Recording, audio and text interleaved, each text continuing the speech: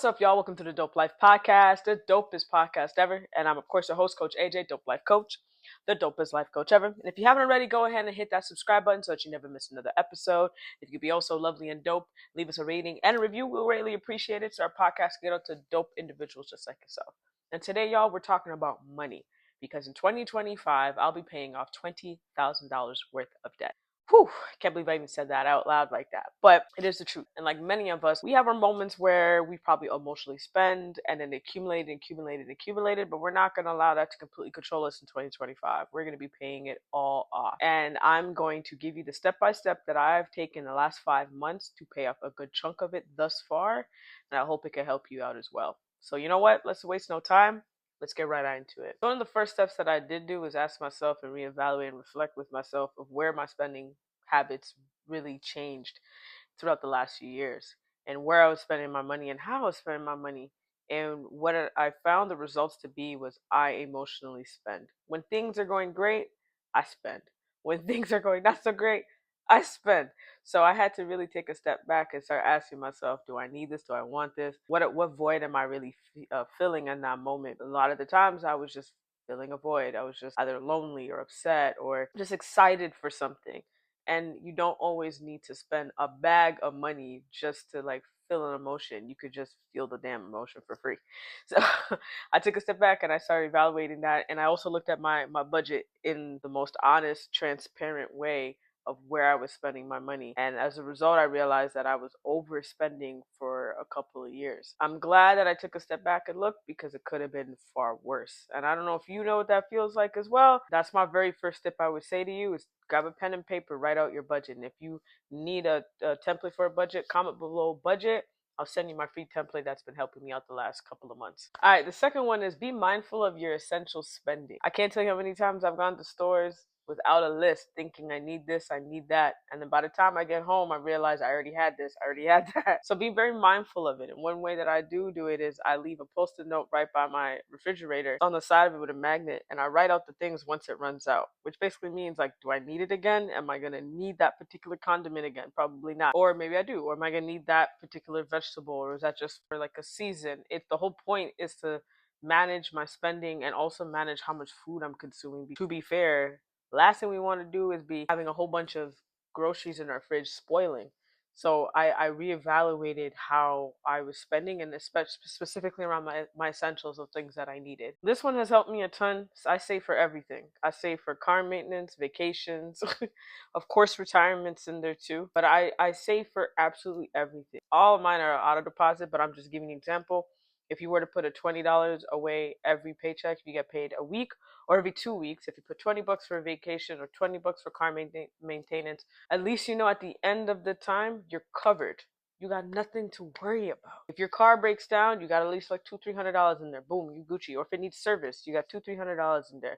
That goes towards it. Less stress for you to have to deal with and put all of it on your credit card. If you have a vacation coming up, how many of us have gone on vacation? Yo, here's the credit card right now. You got it.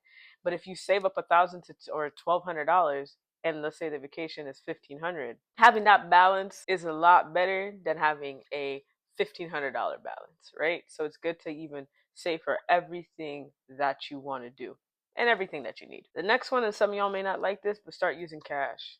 Start using some cash. Even if it means you got envelopes and if this is how you got to start, in each envelope you write gas, food, entertainment, clothes. And then when you get paid, you take out a certain amount and you fill each envelope. So this way you could keep track. Then do it. If you find like just constantly tapping your debit card is not for you, go back to cash. Nothing's wrong with that. Cash is still king and queen. You could still use it. Kind of going back to our number one, budget honestly. Honestly. And why I say honestly, so that this way you're not using and kind of coming off of your budget. So if you know that $300 a month for groceries good enough for you, then stick to that. But if you know maybe you're going to eat more food, more protein because you're working out or you're having friends over or you have a roommate or you live budget honestly. Don't lie to yourself. Be honest. If you are falling short, the next thing you're going to want to do is grab that credit card and swipe. All right, the next step you got to do is rewire this. Right? You got to rewire your brain when it comes down to how you spend your money. But not just how you spend your money, but how you've been taught to spend your money. We also have to factor in maybe the advice that our parents are giving us in terms of savings and how interest rates may work.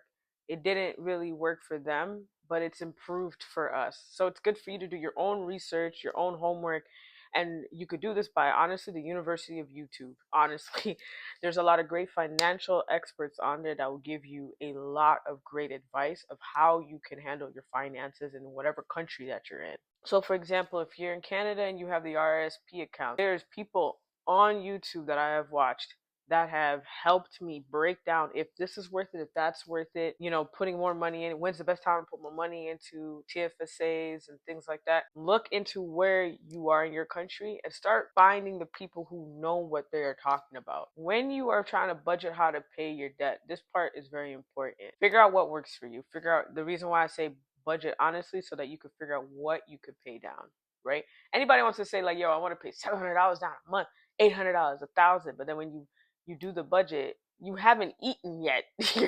your groceries are not even taken care of, right? So it's important to do the essentials first, and then when you look at your debt repayment, look at what you can allocate per week or every 2 weeks, depending on how your pay period is, right? You want to look at what you can afford. Maybe you can afford $100 a week. Maybe you can afford 50. Maybe you can afford 200. It all depends. And don't let the number completely get you upset. Like, oh, I'm not gonna pay it. So don't sweat it, because there's other ways that you could put money towards it. Another option is you could do some other things on the side, or when you get that lovely income tax, if you get anything back, it's not yours. It goes straight to the debt to pay it right off. Any bonuses you get at work goes to it. Any little extra pay that you get goes to it. I know it burns a bit, but over time, once you start seeing that knocked down every statement, you're going to see that the power of your work is actually happening. Now, here's a very crucial part. You've paid off all your debt. Congratulations.